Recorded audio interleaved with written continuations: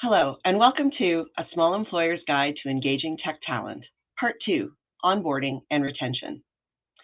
This video is presented by ICTC as part of TADE, Talent Acquisition for the Digital Economy, a free capacity-building program supporting small and medium-sized Alberta companies, those 98% of Alberta employers with fewer than 500 employees.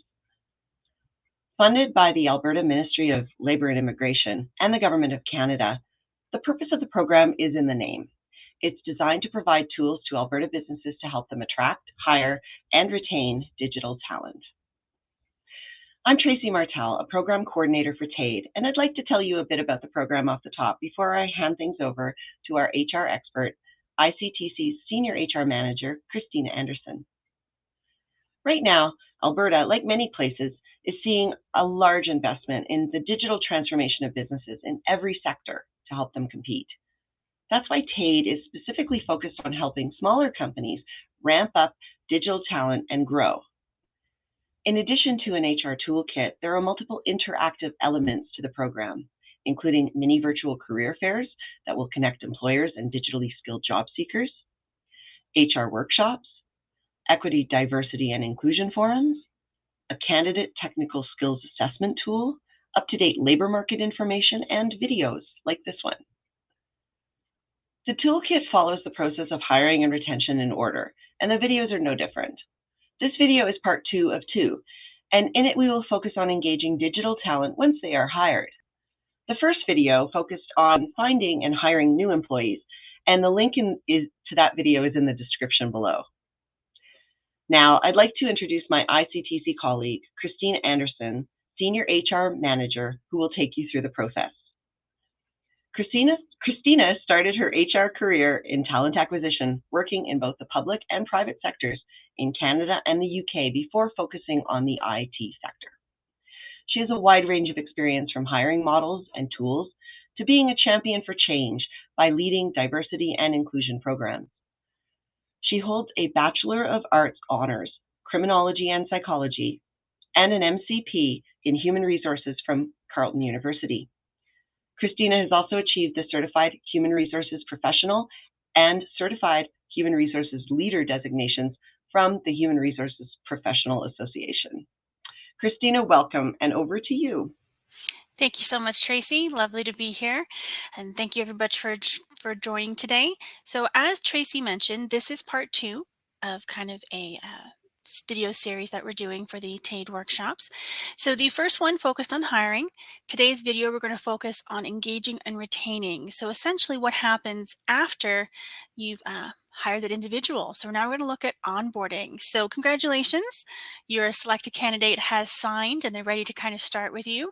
So I'm actually going to share with you the process that we built here at ICTC to give you an example. The outline is detailed in the handbook as well, which is linked in the description. So please feel free to take a look at that. So let's start off with kind of what we do once they've signed. So firstly, let's send them a new hire email, a welcome email. They've signed, you're excited, you want to get them on board, kind of get them ramped up and ready to kind of start with you in the next few days or few weeks, depending on kind of their notice period.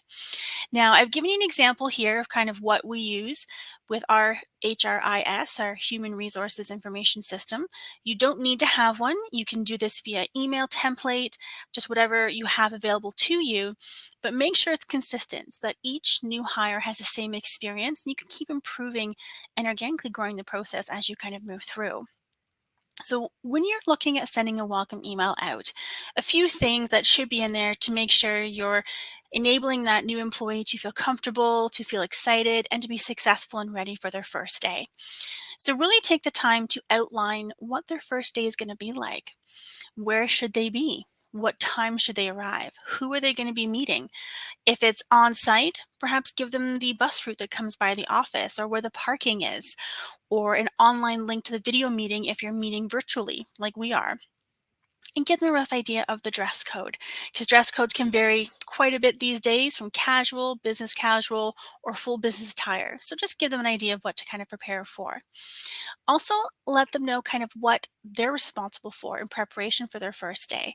So you may want them to complete actions before they start. In the first video, we talked about background checks, so perhaps that's part of one of the things you're going to ask them to do before their first day. Perhaps you're going to want them to complete a profile in your system. Maybe they have to prepare their tax forms, their paperwork forms that you've prepared for them and sent them and perhaps are ready in your system for them to take a look at. Give them an idea of what emails to expect before they start. Should they expect an email from a background check link? Should they expect an email from FedEx or courier that you're sending out their equipment to them? Also, provide a team synopsis. Think how you would feel if you're coming into a team and you got an email or a link that provided you pictures of who your team members were and kind of links to perhaps their LinkedIn profile, or you knew that what their job titles were. However you want to kind of introduce them, give them that visual so they know whom they'll be working with kind of on their first day. It's going to make them feel very comfortable and very welcome. Now, even ask them questions. So allowing them to answer questions in kind of this welcome email or part of a welcome series of emails enables them to provide that information so that your team can have the same kind of excitement for this new person joining their team. So take a look at some questions. There's examples here. Normally what we do here at ICTC is I get them to fill it out before they start, and I send it out to the entire staff on their first day. It includes a picture of them. It asks them questions of where do you call home? Which team are you joining? What is your communication style? Do you prefer chat, email, phone? We also have, what is a secret skill or talent that you may have? Perhaps what was the last thing that you learned? Or what are you passionate about? And kind of why did you pick this company to join? So they don't have to answer all those questions, perhaps just a few. And that once again can kind of go out on their first day and it creates that warm welcome experience for them. Now, as you can imagine, onboarding requires a lot of logistics. So whether it's yourself or you have an HR team to help out or an HR individual, kind of work together because there's a lot of little things you have to go through to make sure this new hire is ready for success once they kind of join. Ensuring a So as you can imagine,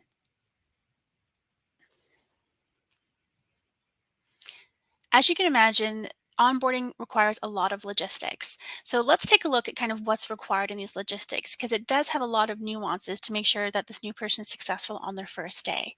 Please do remember that a great and good onboarding is crucial to a new employee making the decision to stay after the first few months. It really allows them to bond with your team members, the company, and really feel that they are part of the company and making a difference because they can see themselves as a career within the field they've chosen to come work with you on. So once you sent out the welcome email, the new hires answering those questions, you've got everything kind of prepped, everything starting to roll along, also send a new hire announcement out to the members of the team that are going to be supporting you.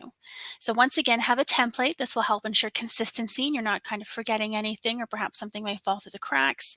And this is where you're going to loop in the manager, any IT support that you may have, whomever needs to help prepare for this new hire, essentially think of that. Now, what you're going to outline here is the setup. What accounts are needed? What email distribution lists are they needed to be added to? What equipment is to be prepared? Anything along those lines, once again, to set them up for success on their first day. Ask the manager or the director, whomever they're reporting to, in this email to reach out to the new hire personally and welcome them. That small touch really helped create that employee experience before their first day. Imagine you got an email from HR saying, welcome to the team, but then also your manager reached out and said, I'm so glad you signed. Can't wait to see you on Monday. Looking forward to working with you. That nuance really helps that employee feel excited for their first day. As well, a separate email should be prepared depending on how your payroll works, whether it's you that's doing it or you have an external payroll, once again for privacy, to make sure this person's set up for kind of their payroll frequencies and salary or hourly rates that you're setting up. Now, there's still more tasks to get ready for kind of pre-onboarding that go through different responsibility levels depending on who's kind of helping you this. And once again, it's all in the idea of supporting this new employee. So I often send requests and tasks to the manager to, first of all, make sure that they're having a setting expectations conversation with the new employee kind of on their first day. So I'll schedule a meeting for them with their new employee to kind of connect. I ask them to talk about kind of their communication style. I ask them to talk about their management style, how they like to be managed. I also ask the manager to kind of go over a team review. So look at the org chart, talk about the team dynamics, how your team interacts with each other, and discuss how the department's projects are, kind of an overview, and tie in the company goals and missions kind of with that. It is a lot to have in the first conversation, but that way you're really helping set the employee up well so they know kind of what they'll be doing in the next couple of months and how they're going to interact with their team. Also, what we do is tend to assign a buddy, a person, a friend, a colleague, whatever you may want to choose to call them, but that person is there to really help them answer questions that they may not perhaps feel comfortable going to someone else about. If it's in the office, where's the coffee machine? If they're working virtually, can you send me that link again? I can't remember where that file was that we talked about 5 minutes ago. So they're there to really help that transition into the team environment. I also help book a team lunch with the manager, or kind of a coffee, or just to kind of connect so that everyone can kind of get together virtually or in person to once again help build that connection. How's the morning going? How are things going? Do you have any questions? It may seem like a lot of information coming your way. It allows them to realize that it's okay to feel overwhelmed in the first few hours of their job, because I'm pretty sure a lot of information is coming their way that they're trying to absorb. I also work with the manager to have them schedule kind of job shadowing or training. I have the manager book time perhaps with each member of the team so they can learn what each person does. So that way, once again, they know how the team interacts with each other. Really helps create that kind of coverage if anyone have to go on holidays or vacation, and it really creates that team environment once again. Now, from an HR perspective, if you have an HR, perhaps it's you may be doing this yourself when you're hiring this individual. If you did not provide the paperwork upfront in kind of the welcome email, perhaps you've assigned it as a checklist or tasks once they start, make sure you have all of that prepped, whether it's links, whether it's hard copies on their desk for day one, so that once again, it's all set up for them and they can just kind of go through the checklist and the outlines and tasks that you've assigned them for. Everything from reviewing the employee handbook or guide, looking at company policies and acknowledging that they've read them, even filling out the group benefits enrollment paperwork if you have that. So make it a package that is easy for them to kind of go through on their first day. I also set up an HR orientation for first thing. So they know that the first thing they're coming in, either they're having a video call with HR, for example, or they're having an in-person meeting with the HR team when they start, or yourself if you're working as kind of the HR individual for the hiring process as well. I also, once again, right after that, have them connect with the manager. So the first part of the morning, I have kind of a set schedule for them. So that way they can meet with HR, they can meet with their manager. Then I also book a department orientation, usually about a week or two into their first kind of couple of weeks. So they understand how each department works and how each department interacts with each other, right? Also, a great thing to do that recommend if you have the capacity to do is have a CEO connect, or a leader or a president connect, however your organization is put together. And this is where they can meet individually, one-on-one with the CEO, or if you have a lot of hires, you can do group like 2 or 3 meeting with the CEO, but it allows them to connect and talk about business. It allows them to connect and talk about their pets, why they want to come to the company. So it's really that one-on-one time, and it gives face time from them with the leadership and allows an open communication path. So in the future, it's going to be less daunting should they want to reach out and connect with them. Do they want to come out and communicate with them if they see them virtually or in the hallway? You've created that established bond already, and it makes a much smoother kind of transition for them to kind of open conversations. So if we take a look at kind of now their first day, so you've done all this prep work, you have everything ready for them virtually or in person, everything's kind of set up. This is where you now send out that welcome email to the staff that we talked about, where hopefully they've answered those questions. This also can create a conversation. So whether you use email, whether you use chat, whether you use Slack, whatever communication devices you have, send it out in those channels, and you'll hopefully get organic welcome, happy to have you, can't wait to meet you. And it starts this conversation with people that hadn't even met of how happy they are they've joined this company. It's really kind of that connection that helps them continue that through kind of their first couple of weeks, months, and years as they hopefully stay with your company. Now, we did talk about HR orientation, which it may be yourself giving, or it may be your HR individual who will be providing the HR orientation, but really kind of take this time to talk with them, have a conversation. Walk with them through different tools of how to be successful, right? Show them how to access their tools online, where the shared files are, where the workplace stores information. Talk about the software you use. Introduce them to team members, managers, and other key individuals, not in person if you can't, perhaps in the office if you are able to. Review where the important policies are, where they can find HR information, workplace safety and security, all of your policies, right? And then they have their manager connect, as we talked about, which provides them that time to connect with them, kind of outline what their goals are. And then if you're in an office, perhaps walk them around after they had the chance to kind of connect with their manager. It should be roughly lunchtime. Usually the morning HR orientation and manager connect can take a few hours. So allow them that breathing time to then perhaps walk them around. Introduce them to people. If not virtually, allow them to kind of go through perhaps the emails they have, allow them to kind of settle in and do a virtual walk through the company of the information and websites when you have a few moments, okay? Now, remember your goal here is to set up that welcoming environment, right? You really want to make sure they feel comfortable on their first day. Look at any training that you might need, have conversations with them. Even something as simple, if it is an office environment, have their desk set up, right? Have it set up with the equipment they need, their laptops there, the package is ready, perhaps a little welcome note. In the HR Toolkit, it actually has an example of what Awesome Systems IT did, of kind of what their onboarding process was for the first day. So they had someone meet, let's say Jane, in person. They met with them downstairs. They knew where to meet, where to park, what the dress norms were, so to say. They walked them through the lobby, and in the lobby they had a monitor, and her picture was up there welcoming her to the company. When she got to her desk, there was a mug, saying welcome to the company. There was a package outlined for her. She had a chance to meet with her team, had a chance to kind of meet with her manager, and then there was an afternoon kind of lunch. So it's different for every company, whether it's in person or virtually. We are all virtually right now, so everything we do is via video like this, but we make sure that everything is scheduled. So the first day they know exactly whom they're meeting, what timelines they are. It's already in their calendar when they log in because their laptop's been shipped to them beforehand. Like we mentioned before, they know what to expect from coming through from their welcome email. So hopefully it gives you a bit of an idea.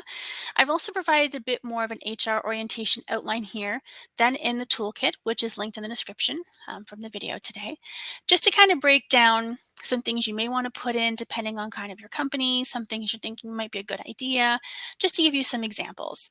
Now, as our orientation, as I mentioned, is virtual, I also do provide the PowerPoint to all of our new hires afterwards, so they don't have to worry about taking down notes or copying where the links are. Everything's hyperlinked in the PowerPoint presentation for them. Everything is ready for them to just open and click and take them where they need to be if they forget perhaps where it is, okay?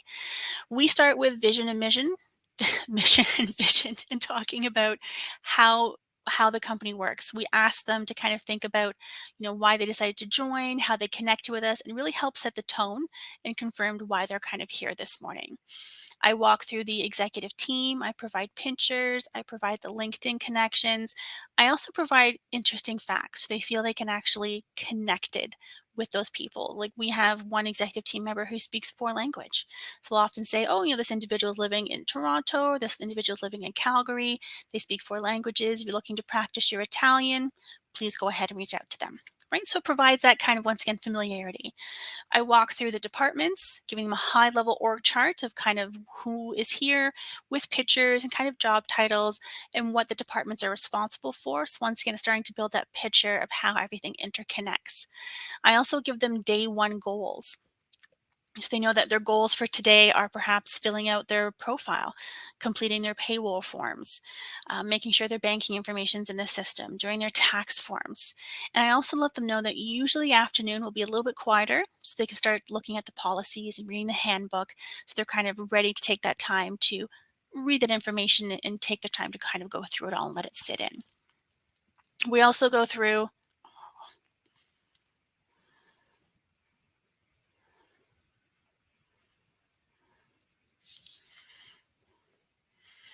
I also take the time to walk them through their equipment. So kind of what their equipment is, what they have been provided, and how they can use it.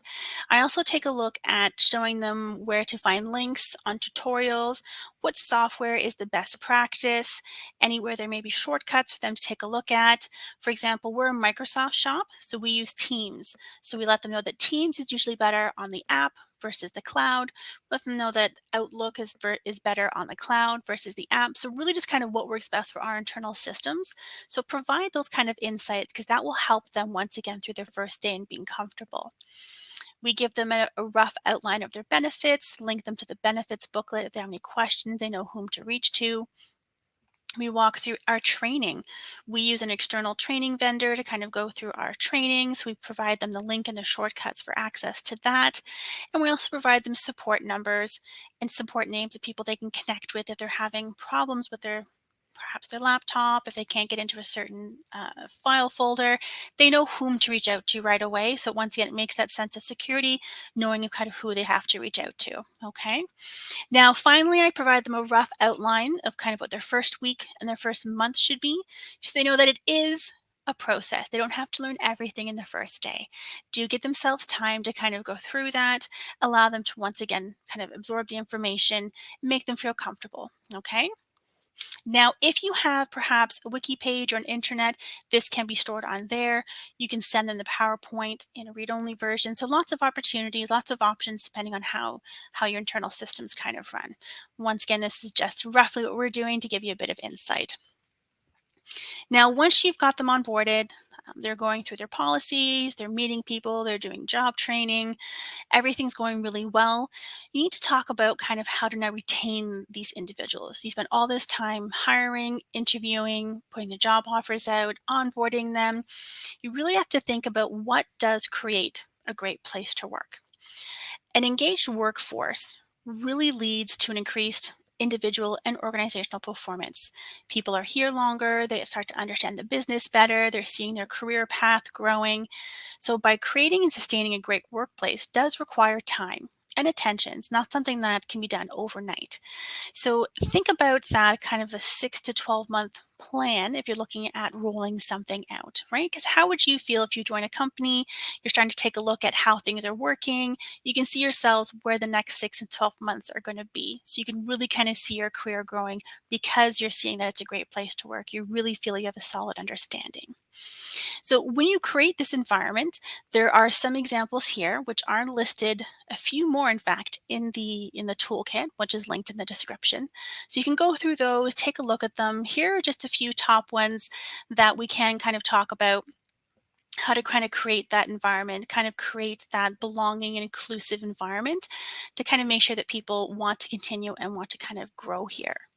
Now, very importantly is to kind of share the value and the mission that we talked about in the HR orientation. Continue that conversation. Make sure your staff and your employees are living the mission values, right? Talk about them. Have open conversations. Perhaps you had coffee with a CEO. Perhaps that's something you have on a regular basis, a group one where, perhaps random 10 or 12 employees are invited. Perhaps you have fireside chat once a quarter. Perhaps you have an AMA with your departments where all employees can attend and learn about that department, ask what projects you're working on, ask how things are going.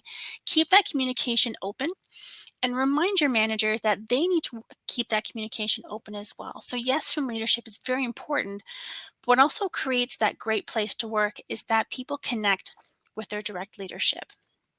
So in the Manager Connect, when the people start in onboarding, we talk to them about making sure you continue that connection. It may change as the person grows. So instead of a one-on-one on a weekly basis, maybe it's bi-weekly, maybe it's monthly, but have that space where you can have your staff connect with your managers. Talk about projects, talk about how things are going, talk about bottlenecks and how they can possibly maybe fix those bottlenecks and work through them. So really kind of problem solve and work together on those kind of projects. An example that I provided here is 2 things we have done to kind of help with that communication, kind of great place to work atmosphere is during COVID. We rolled out a coffee with the CEO.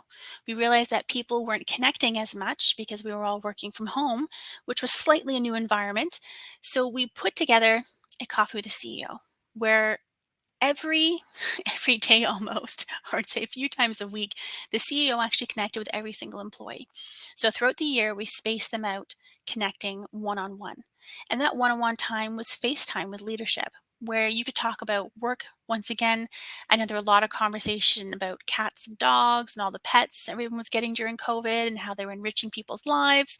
So it really was that time for them to have just that space, that comfort space to talk to leadership. We also rolled out a leaders roundtable, which is kind of like a lunch and learn, where we did bring in external kind of people to help with local resources we were connected with. We also had internal people, our own subject matter experts, present leadership roundtable sessions, anywhere from true colors to psychological safety to fostering a workplace of culture and belonging. So it really allowed people to kind of share their expertise and also learn from their colleagues. So once again, just some ideas that can help possibly with creating a great workplace, but make them individualized to your company, make them individualized to your culture. That's the most important thing, is that authenticity that kind of comes through when you run these programs. Now, continuing a great place to work, we also have to take a look at kind of benefits and inclusivity, diversity, and belonging, because once again, this is a whole picture we're taking a look at when it comes to creating or maintaining a great place to work, is how people can kind of support in each other and also can support the company. So benefits are very important. We talked about it kind of in the hiring process, if that is being one of the benefits, the kind of the total awards of why people want to come to your company. So be flexible. Talk about the flexible time you have available. Perhaps you offer shifting to your employees. Perhaps you offer wellness programs. One thing that really helps is calling sick days personal days. Refer to them that way because you don't need to be sick to take some time off. A personal day is less daunting and creates that culture of us all being humans, saying, I just need to take a day because I just need to take a day. Happens to all of us. So it allows that flexibility and once again, the comfort in communicating that when taking those time off. Here at ICTC, we started a program called 10 to Zen, which in-house, luckily, we had someone who works as a yoga instructor in their past. So every week we have 10 minutes where you can Zen. And it's literally anywhere from stretching to breathing techniques, and it's just mini breaks. Because we do have people across Canada, we do vary the times and rotate them every week. But if you can't attend, they're recorded. So you can watch these 10-minute sessions whenever you need to. So if you need that breathing technique more than just the one day a week, you can watch that video every day a week. You can take that 10 minutes for yourself. And it allows people to attend when they want to versus they don't feel pressured to attend that specific time. So that's just one idea of how you can be flexible with kind of some of the internal benefits that you have. Now, taking a look at your staff, you probably have a multitude of staff coming through from different backgrounds, different kind of education, different culture, to bring to that really diversity of your company, which helps kind of grow and kind of build that inclusivity that you have there. So the most important thing around this area is really listening to your employees. Ask their input on your processes. Ask their input on kind of your policies, right? Perhaps you have a annual survey. Perhaps you have a suggestion kind of email or box, once again, depending if virtually or in the office, where they can give insight, they can give feedback on a process. And then share that. Thank them for kind of providing that feedback and information to you. Be open to those new perspectives and ideas that they're bringing. Perhaps you can't do this now, but you're actually going to put it on the agenda for Q4 when you have time to build it and kind of put that into process. So that will let them know they're being listened to. And even if it is a no, let them know why it's not possible right now. So just be transparent with the kind of the communication. So here is where you also get the chance to acknowledge and recognize your people. So everyone is a little bit different. Some people are a little more like to be acknowledged on the big screen, some like a little personal email. So very kind of your acknowledgement practices when the ideas come through. And maybe once a quarter, you showcase that these 10 people submitted ideas, thanking them very much, not specifying what was successful, what was not, but once again, thanking them for kind of their participation in giving you feedback. Once again, these are all ideas. They are listed fully out in the handbook, so please feel free to take a look at it because it is linked in the description for you to take a look and kind of read it through and take these ideas and make them your own, make them kind of your company culture once again. So we've talked about kind of now the engagement. So let's talk about retaining employees because as I mentioned, you've invested all this time. You've hired them, you've got them onboarded, They're working with your team now. You've got an environment you think that's going to help them grow and help your company grow. So all of these elements kind of come through to making sure that you can retain these people, right? You're influencing more than the employee experience through this because you're designing those smooth processes. You're creating memorable moments now along with strong leadership. You're hopefully increasing employee satisfaction. So you're keeping those employees that you had a plan with, and kind of you're approaching how that plan rolls out and how these people are working with you and your company. Now, we do have people, as you know, who do leave. We do have retention. We do have people who decide to move on for many different reasons. So when you look at retention, the idea behind retention is addressing any concerns or any issues that may come up beforehand before people make a decision to leave. So employers and employees part ways for many reasons, right? Including going back to school, perhaps they had another job opportunity, perhaps they're moving to another part of the country, perhaps they're retiring. So it can be quite varied. So people leaving is not always necessarily a bad thing because there are many reasons why they are leaving. Okay, so but you want to focus on what you can hopefully change, what you can hopefully engage those people to continue staying on. So most reasons that people kind of do depart have been listed out in the handbook, once again linked in the description. We'll go through a few here just to kind of give you an idea of what you can possibly do to kind of help with those retention issues. So one of the common reasons people do decide to leave is for company culture. They don't feel a connection with the vision, the mission, or the strategy, or perhaps they're unclear of where their company's going, which can be frustrating if they're trying to make decisions or they're trying to move things forward, or perhaps even the decision-making process is not clearly outlined, or there may be a structure of micromanagement. So these are all things that if you are doing these surveys once a year or are keeping the communication lines open with your employees to talk to their managers, then their managers can talk to the directors can kind of manage up. These are things that you can work with them on. You can make sure that the vision and mission is more clear, right? You can perhaps make a process that will outline the structure of making these changes. So these are things you can work on the employee with. Another reason people do tend to leave is for leadership. They perhaps don't have a connection with their leader. There's a lack of trust. They don't perhaps feel support, or they don't feel recognized. Now, keep in mind, once again, talking about earlier, that culture of creating a great place to work is having that communication, is having that recognition. It doesn't have to be financially, it doesn't have to be a huge party, but it does have to be acknowledged. So find out what works for your culture of recognizing your employees, find out what works for your culture for keeping an open communication line, and work with that to improve that. Because these are things, once again, that you can change and help improve upon once you get the feedback from your employees. Another reason people have left is for health and safety, and perhaps not feeling the environment is inclusive or safe. So that can be from feeling physically unsafe because of equipment or furniture. It can also from feeling that it's not an inclusive work environment where they have opportunities to grow. So once again, if you have that open communication, people can hopefully provide you this feedback. And then you can say, perhaps if it's old equipment, that there is a plan to get new equipment in at this date. So you are communicating when you have those challenges brought to you. That will keep that trust with your employees, that you hear them, you're listening to them, and you're actioning it when you can.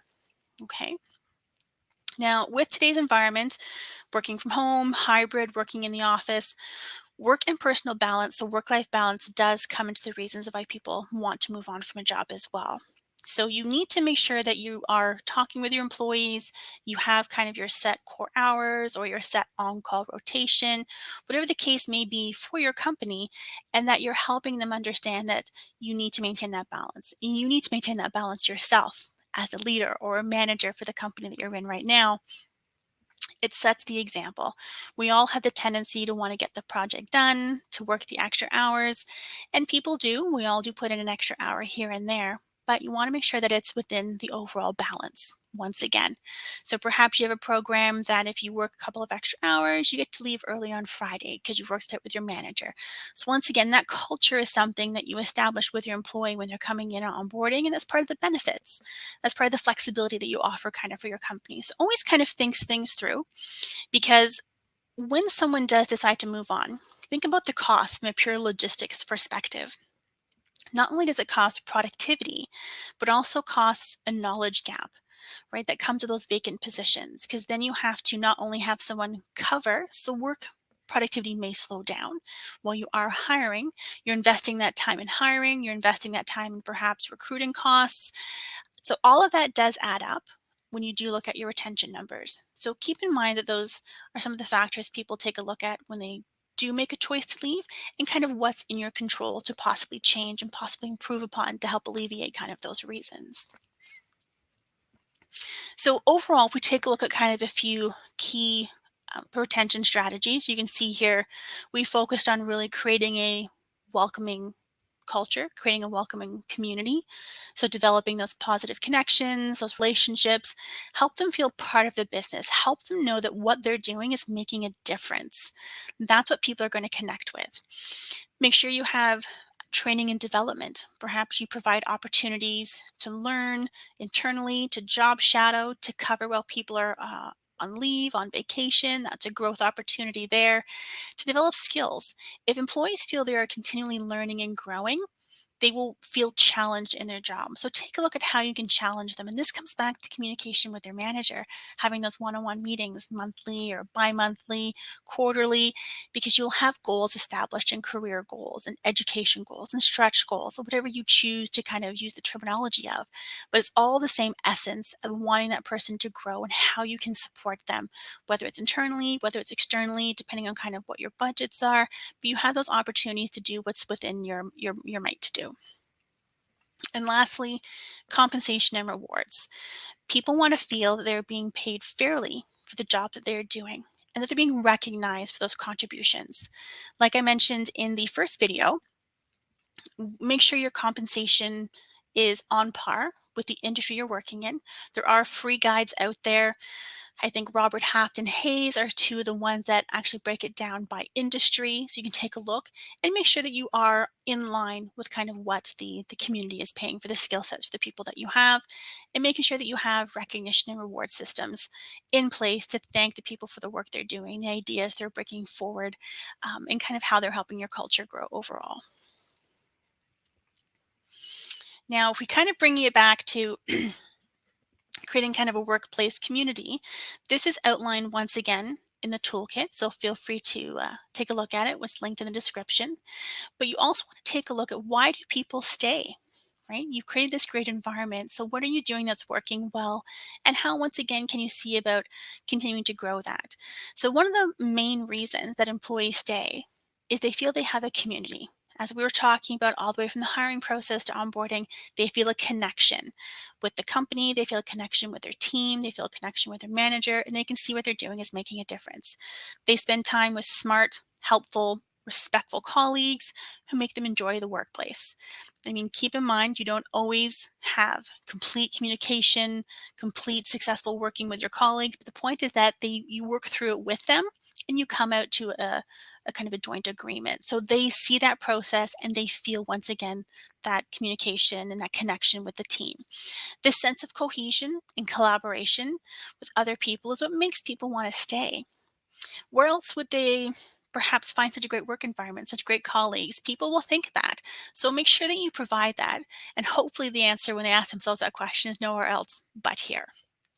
So some tips to kind of go through, some things I've already talked about, but it's always worth kind of going through them again because it does make a difference. These small things do make a difference to people who want to stay versus people who perhaps want to see what other opportunities are out there.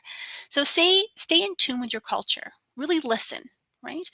Assess and kind of seek out ways to improve it. You know, if you're hearing something, look into it. Is something you can change? Is there some process you can tweak? Is there something you can do, or even acknowledge that you've heard something and you're looking into it? Ask for that feedback. I mentioned it earlier, but definitely keep doing it. Whether it's in your manager's one-on-one connect and they manage up to leadership so they can take a look at what they're hearing. Perhaps it's an employee survey, informally or formally. It's something that makes sure that you're getting that feedback from your people. Okay. And then involve employees in processes. If you're looking at improving your workplace culture, perhaps have a small committee, perhaps have kind of a competition, like a mastermind competition. Who can come up with a better process for doing A, B, and C? Really let them bring their ideas forward and kind of help improve it, because the diversity of thought that you're going to get coming through is going to be outstanding.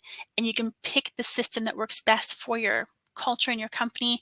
And then once again, reward those people for coming forward with ideas who were successful and who were not, because they took the time to invest and kind of bring those ideas forward. Perhaps upgrade your office, make some changes to the workspaces, make sure that your common areas are kept clean, things are kind of kept looking current. I know one of the most common kind of things in the office is things are left in the sink. I think we've all been in those environments in the lunchroom where everything's in the sink.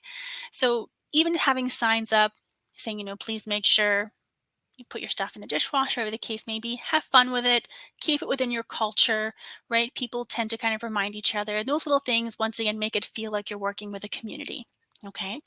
Help people know how to resolve conflicts as well, because we all are human beings. Conflicts do come up. We're never always going to agree with each other 100% of the time.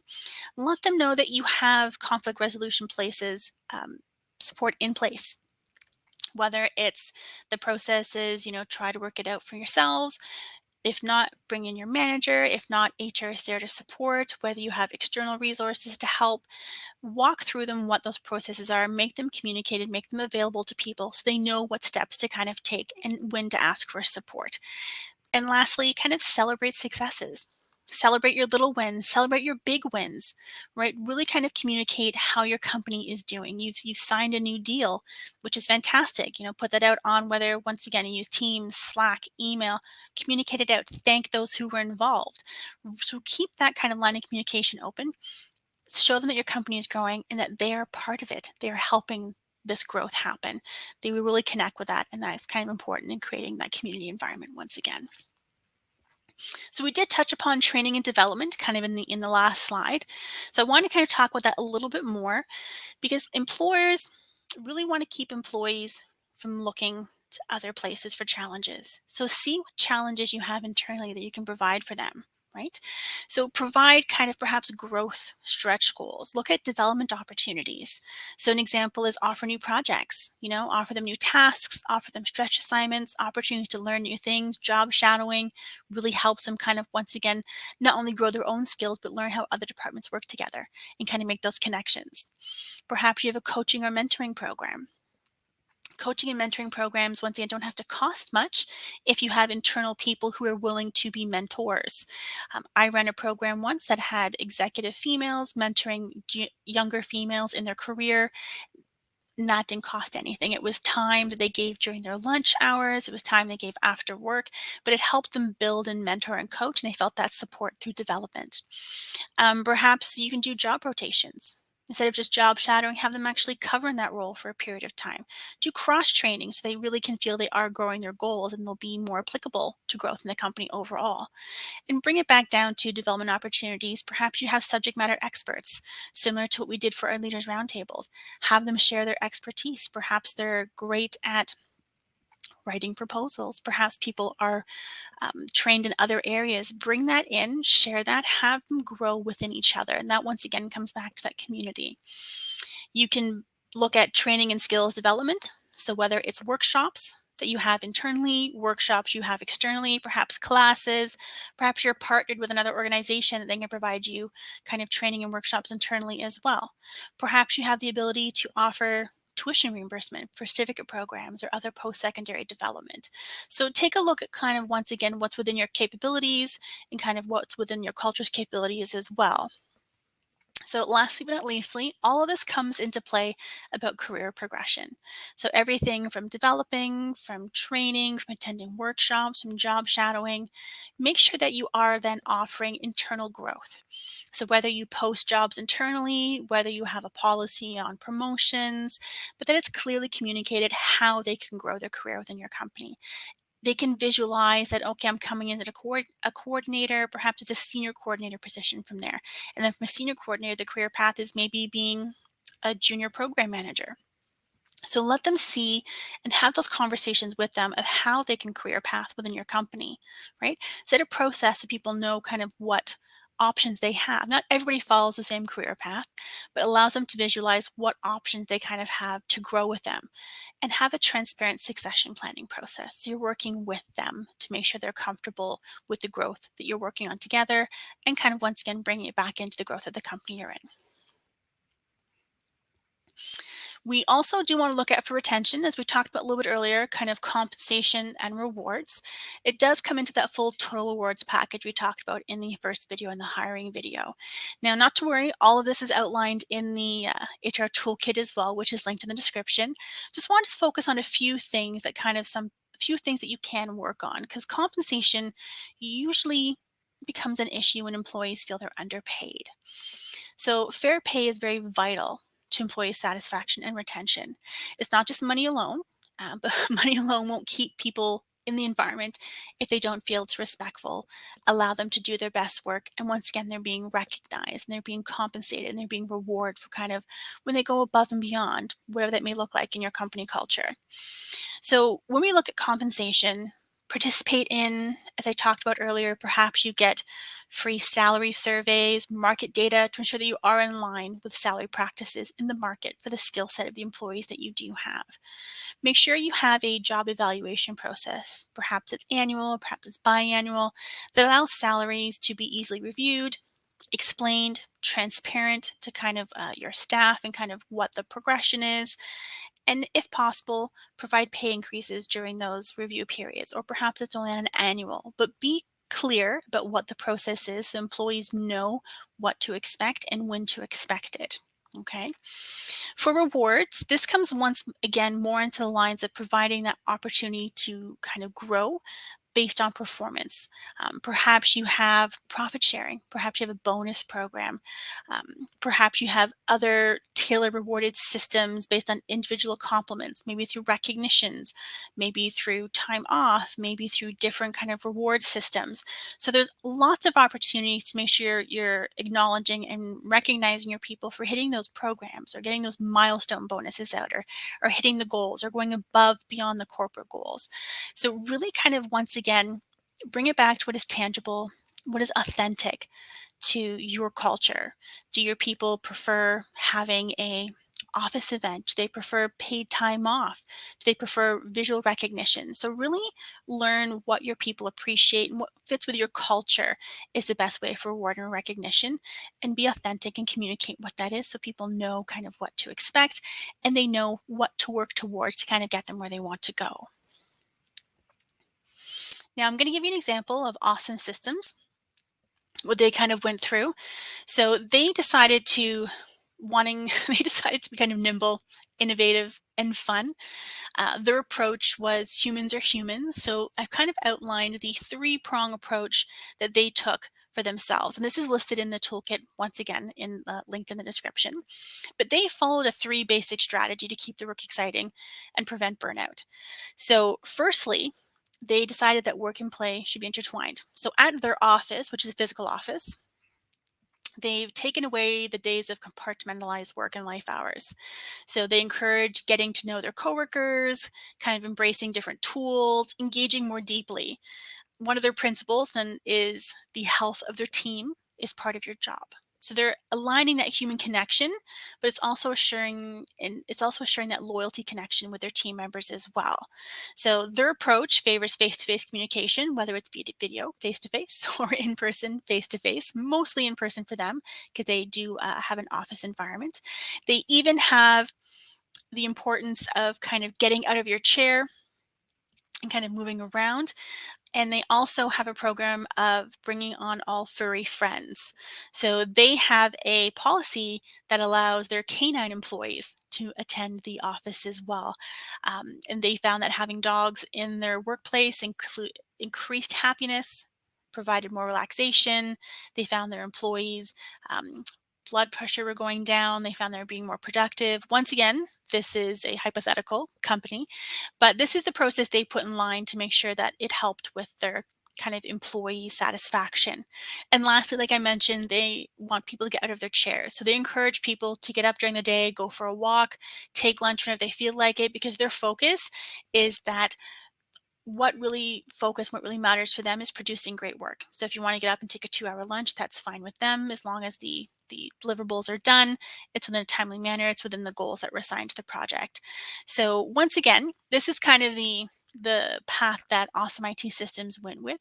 And it's actually was inspired by a company called Big Spaceship, if you want to take a look at as well. They did a program very, very similar to this. Once again, the company is called Big Spaceship. So we have covered quite a lot in the first video. We've covered quite a bit in this video as well. So the next steps from here is really challenging you to take the information that we've talked about, take the information in the HR toolkit, and really kind of make it applicable to your company, make it applicable to your culture. How can you take all this information and make it work for you, personalize it, be authentic with it, and hopefully find that amazing talent in the digital sphere, keep that talent, engage them, and keep growing your team to be successful. So with this, I will pass it back to my colleague, Tracy. Thank you so much, Tracy, for inviting me to talk about this again, and back over to you. Thank you so much, Christina. That was a really great overview of how to engage employees, and so many great tips and ideas through there that you presented. As an ICTC employee, one of my favorites is the 10 to Zen sessions. Even though it's just 10 minutes of stretching and either in your chair or next to your chair, I find it really motivates me and makes me more productive and more relaxed for the day. So that's something that's just a small, simple thing that actually, makes my work week better. So I appreciate those things. And I think all employees do. And these tips are so crucial for companies that invest so much time in hiring and training employees. It's so essential that companies are able to protect that investment, and it makes for a better workplace for the employees as well. So before we sign off, I just want to remind everyone that the TADE team is here to help employers navigate TADE resources, so please don't hesitate to reach out to any of us. The links for the TADE HR Toolkit and the hiring video, our first video, are in the description below. I also encourage you to visit ICTC, our website, or follow us on Twitter or LinkedIn for more events, up-to-date labor market information, capacity building programs, and insights on the digital economy. Thank you so much for watching, and have a great day.